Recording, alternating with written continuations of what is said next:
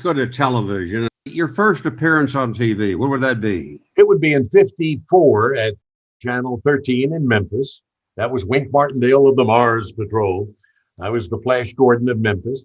And then I segued in 56 to the teenage dance party show, Top 10 Dance Party. My first two television exploits were Mars Patrol and the dance party show.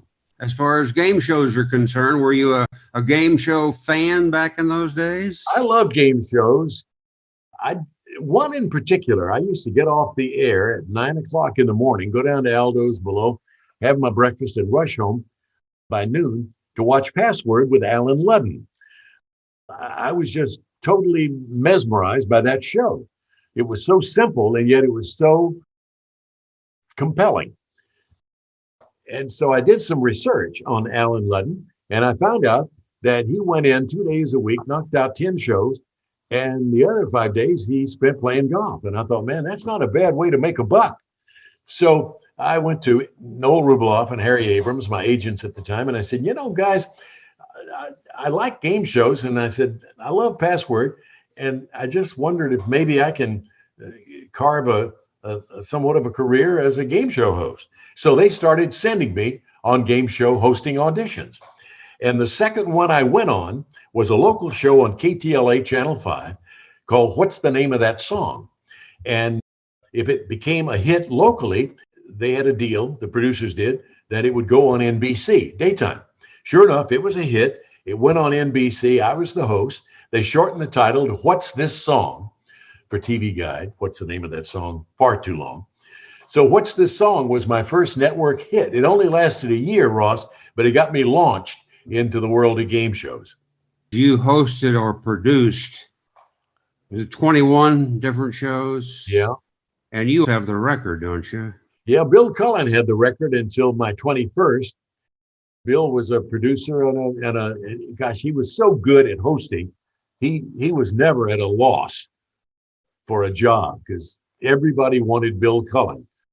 Wink, how many of those shows did you produce and not host?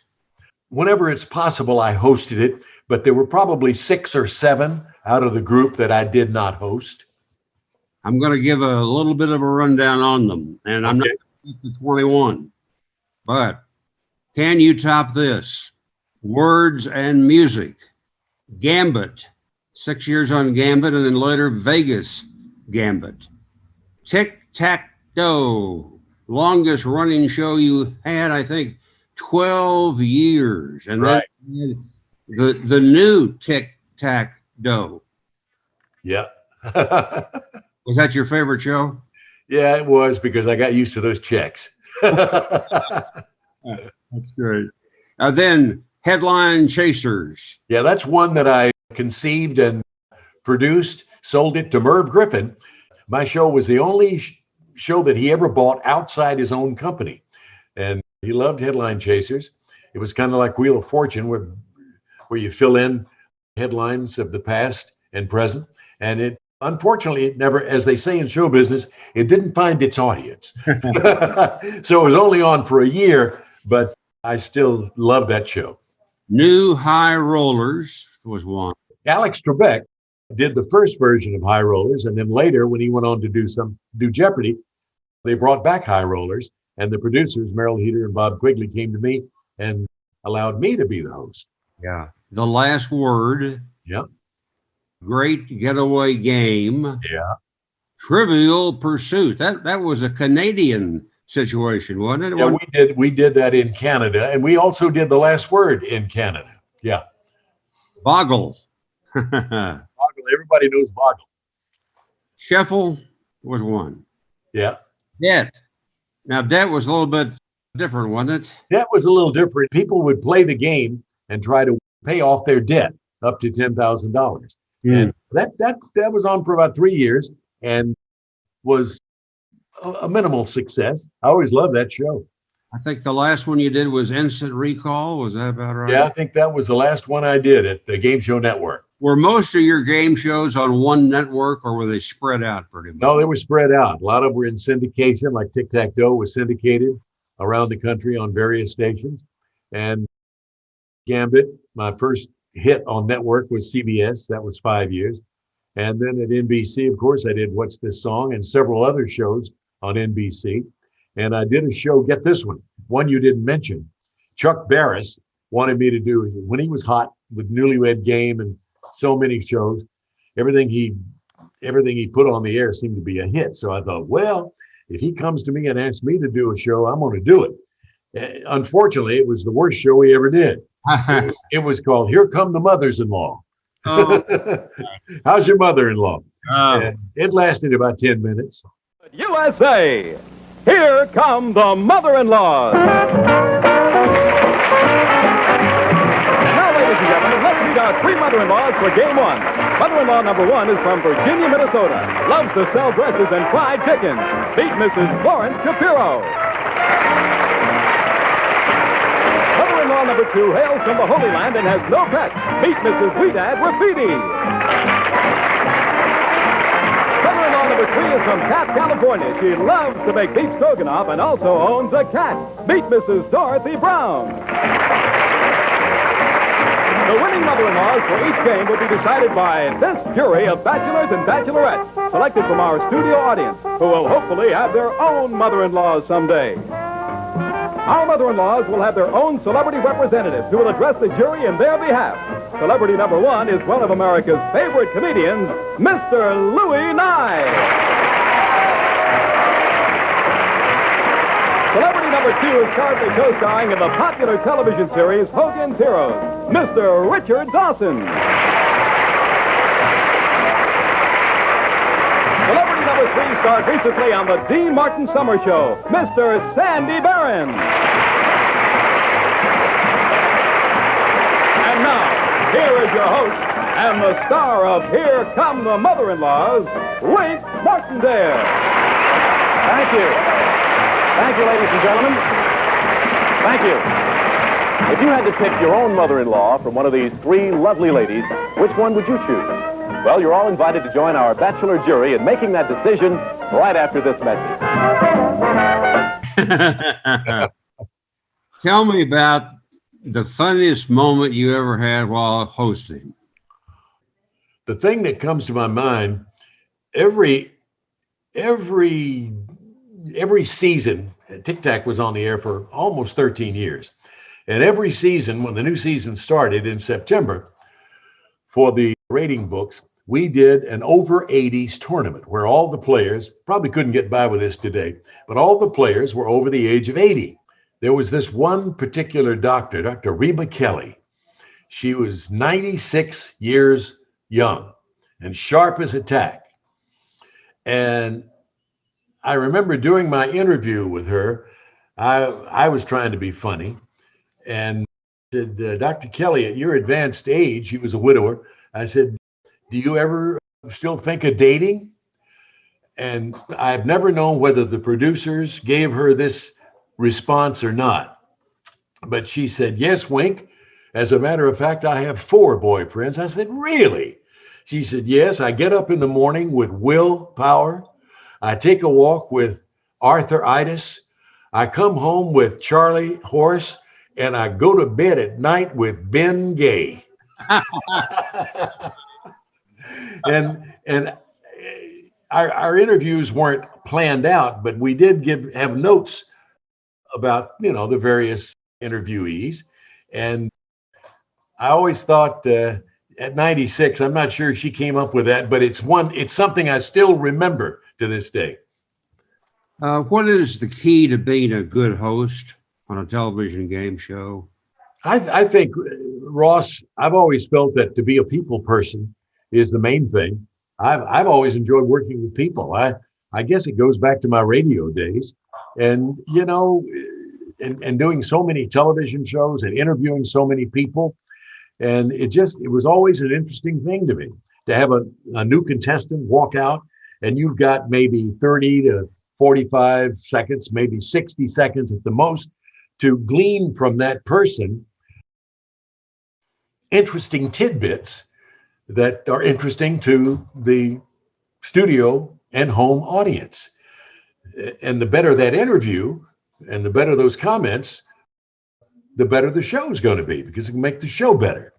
So I think that being able to interview and just to really enjoy working with people, I think is the main thing, Ross. Is there ever any cheating on shows that are giving away money? No, used to be. Fortunately, I never was on a show where there was cheating done, but after the game show scandals of 1959, when Congress actually made it against the law to offer answers or to do cheating on game shows, that hasn't happened since those days. But I think that it was a dark day for game shows. As a matter of fact, when it happened, it was before I ever got into the world of game shows, and I thought, you know, is this going to delete my career in game shows? Because I had never gotten that first one called "What's This Song?"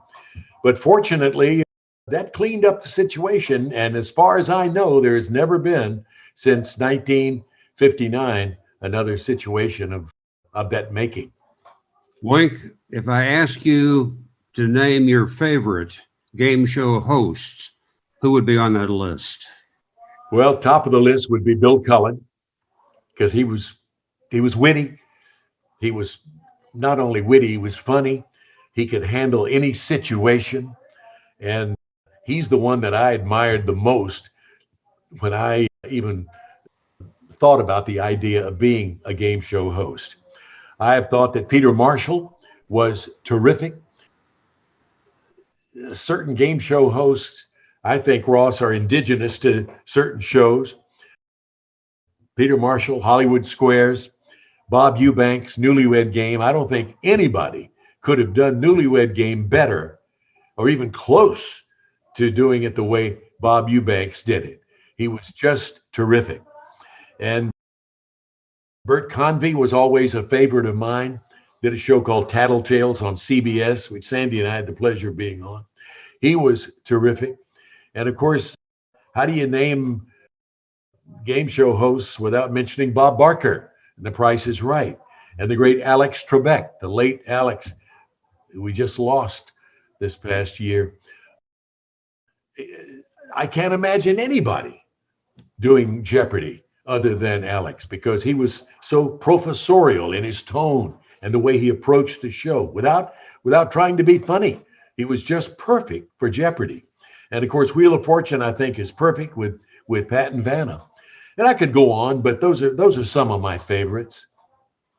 Talk to me about your choice of jackets when you were on television. When I started doing game shows, and it all started with Tic-Tac-Toe, we had an arrangement, a trade-out arrangement with Botany 500. And so at the beginning of every new season, I would get to go into the Botany 500 offices over in Beverly Hills, and literally they would bring in all their new jackets for the new season. And I would literally get to pick out anywhere from 15 to 20 to 25 jackets. Wow. And so I would pick out, the ones that I liked that fit me personally, and ones that I thought would look good on television. And so I take these 25 jackets to the tailor, which they provided. And I remember it would take me probably 3 or 4 hours to get fitted. But I did that can you imagine how many jackets I had at the end of 12 or 13 seasons of Tic-Tac-Toe? You preferred color jackets, didn't you? Yeah, colors. Yeah, the louder the better. I wanted him to, if you can't be good, you have to be loud. You know what I mean?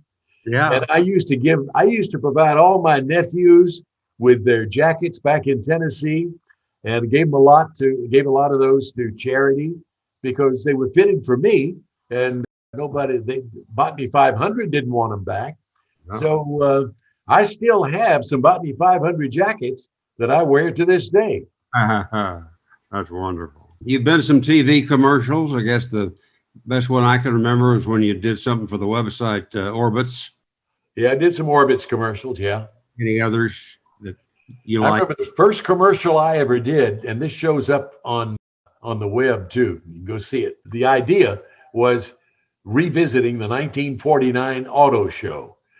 And it showed all these Mercury automobiles from past years. And there were a lot of people on that commercial. We shot it in the Pan Pacific Auditorium.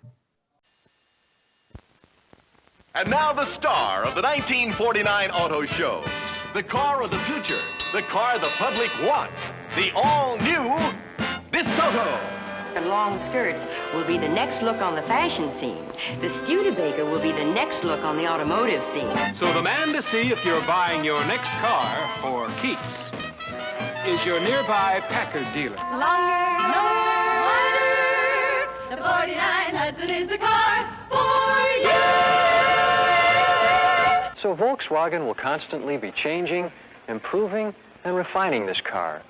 Not necessarily to keep in style with the times, but to make a better car, which means to all of you... Of all the promises made at the 1949 auto show, we at Volkswagen kept ours.